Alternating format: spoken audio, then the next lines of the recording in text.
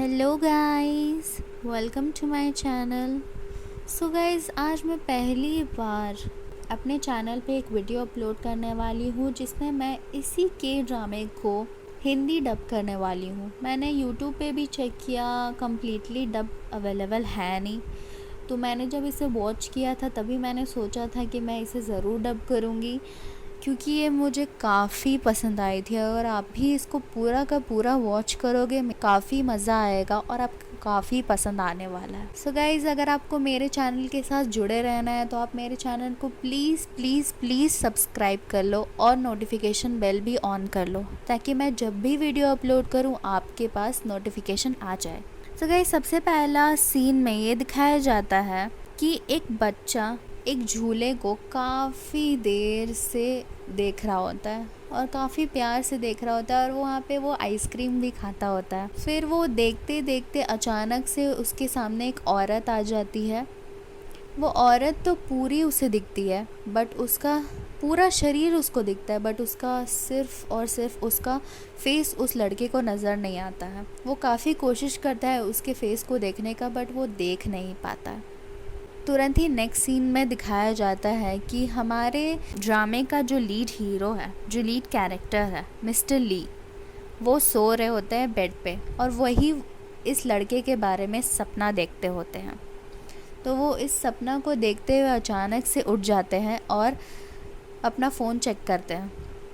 अपना phone check करते हुए वो अपने फ़ोन में कुछ ऐप के बारे में बोलते हैं, कुछ सर्च करते हैं, बट वो सर्च रिज़ल्ट में अवेलेबल नहीं हो पाता है।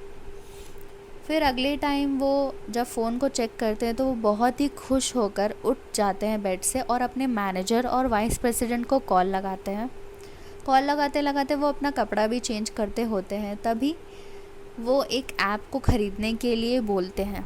तभी उनका मैनेजर बहुत ही ज़्यादा डर जाता है, क्योंकि कंपनी में कुछ वैसा सिचुएशन होगा तभी वो मैनेजर मना कर रहा होगा। बट जो हमारे लीड कैरेक्टर होते हैं, जो कि काफ़ी हैंडसम लग रहे होते हैं उस समय पे, और वो उनकी बात ना मानकर वो बोलते हैं कि मैं तो इन्वेस्ट करूँगा। फिर वो मैनेजर से और वाइस प्रेसिडेंट से पूछते हैं कि क्या मुझे इन्वेस्ट करना चाहिए। तो मैनेजर तो सीधे ही डर के मना कर देता है, क्योंकि वो पहले से ही डरा होता है। बट जब वो वाइस प्रेसिडेंट से पूछते हैं कि वाइस प्रेसिडेंट तुम बताओ कि मुझे इन्वेस्ट करना चाहिए या नहीं, तो वाइस प्रेसिडेंट कुछ बोलता नहीं है, वो वर्कआउट करते रहता है। तो वो रुक जाता है और सोचने लगता है उसके बारे में।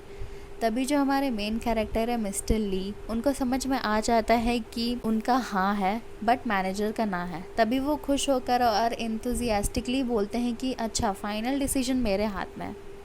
तो फिर मिलते हैं कंपनी में।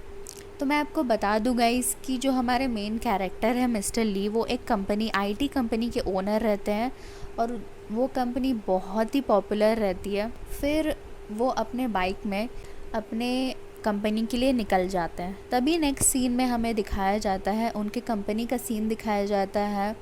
उनकी कंपनी कितनी ज़्यादा टॉप पे चल रही है ये भी बताया जाता है।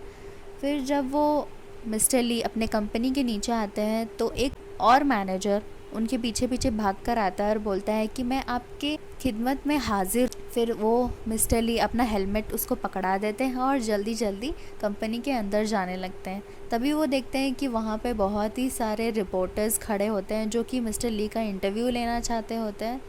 बट मिस्टर ली उनको भाव भी नहीं देते और अंदर जाने लगते हैं। तब जो कैमरा मैन होता है वो उनसे बहुत ज़्यादा रिक्वेस्ट करता है कि प्लीज़ सर, एक इंटरव्यू दे दीजिए, एक इंटरव्यू दे दीजिए। तब वो मान जाते हैं। तब वो इंटरव्यू देने लगते हैं। तब वो रिपोर्टर पूछती है उनसे, एक रिपोर्टर होती है, वो उनसे पूछती है कि आपके इतने सक्सेसफुल होने का राज क्या है, जबकि आपके एज में। मैं एक और बात आपको बता दूँ गाइस कि जो हमारे कैरेक्टर है उनका एज 29 ईयर होता है अभी में, और उन्होंने जब अपनी कंपनी खड़ी की थी, उनका कंपनी का नाम था नेक्स्ट इन, तो वो करीब करीब बस 23 ईयर्स ओल्ड थे।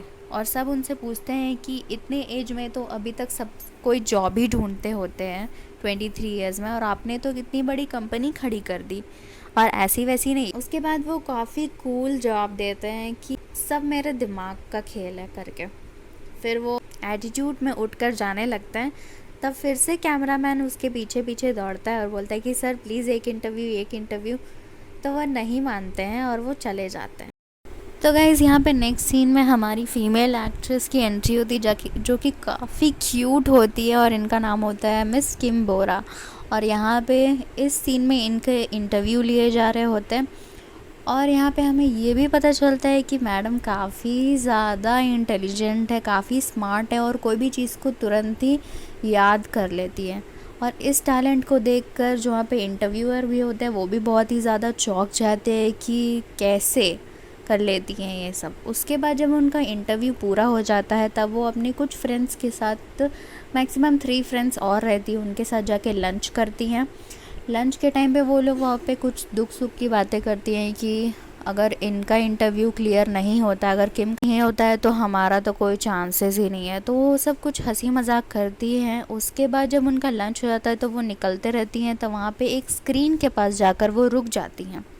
वहाँ पे हमारे प्यारे एक्टर की सीन चलते रहती है, वीडियो प्ले होती रहती है, तो वहाँ पे वो चारों खड़ी होके उस वीडियो को देखने लगती हैं। तभी जो हमारी क्यूट स्वीट सी जो हमारी फीमेल एक्ट्रेस होती है किम बोरा, वो वहाँ पे वो देखकर बोलती है कि मैं इन्हें जानती हूँ। तो बाकी जो उनकी 3 फ्रेंड्स होती है वो बहुत ही ज़्यादा चौंक जाती है, देखो कैसे देख रही है उनको, और एकदम शौक से उनको देखने लगती है कि ये क्या बोल रही है। तो फिर उनकी एक फ्रेंड पूछती है उनसे कि क्या क्या बोल रही हो तुम, क्या वो तुम्हें जानते हैं? तो किम बोरा बोलती है कि नहीं, वो कैसे जानेंगे मुझे। तो वो हंसने लगती है और फिर बोलती है कि ऐसे बड़े बड़े लोगों को तो तुमने कहीं ना कहीं तो देखा ही होगा। तो फिर वो इग्नोर कर देती है और ये सीन ख़त्म हो जाता है यहाँ पे। फिर नेक्स्ट सीन जो होता है वो कंपनी के, जो हमारे एक्टर का कंपनी है, वहाँ पे एक ट्रांसपेरेंट स्क्रीन में इस तरह का टाइमर डिस्प्ले होते रहता है। वो एक कंपटीशन का कुछ टाइमर डिस्प्ले होते रहता है जहाँ पे कुछ कंपटीशन होते रहते हैं। उसके बाद ये कंपटीशन जब ओवर होता है तो कुछ पर्सन जीत जाते हैं और कुछ पर्सन हार जाते हैं, और जो हारने वाला होता है उनको जॉब से निकाल दिया जाता है, जिसमें ये लेडी और ये भैया जी जो रहते हैं वो हार जाते हैं। ये सब देख के जो हमारा हीरो होता है वो बहुत ही ज़्यादा स्वैग में एंट्री मारता है और उन लोग दोनों को कॉन्ग्रेट्स करता है, सीरियसली कॉन्ग्रेट्स। उसके बाद कॉन्ग्रेट्स करने के बाद वो उन दोनों का सामान भी उठा के बाहर ले जाता है। फिर यहाँ पे हमारे थर्ड हीरो की एंट्री होती है जो कि होते हैं वाइस प्रेसिडेंट। और इसके बाद यहीं पे हमारी ड्रामा की एंडिंग हो जाती है।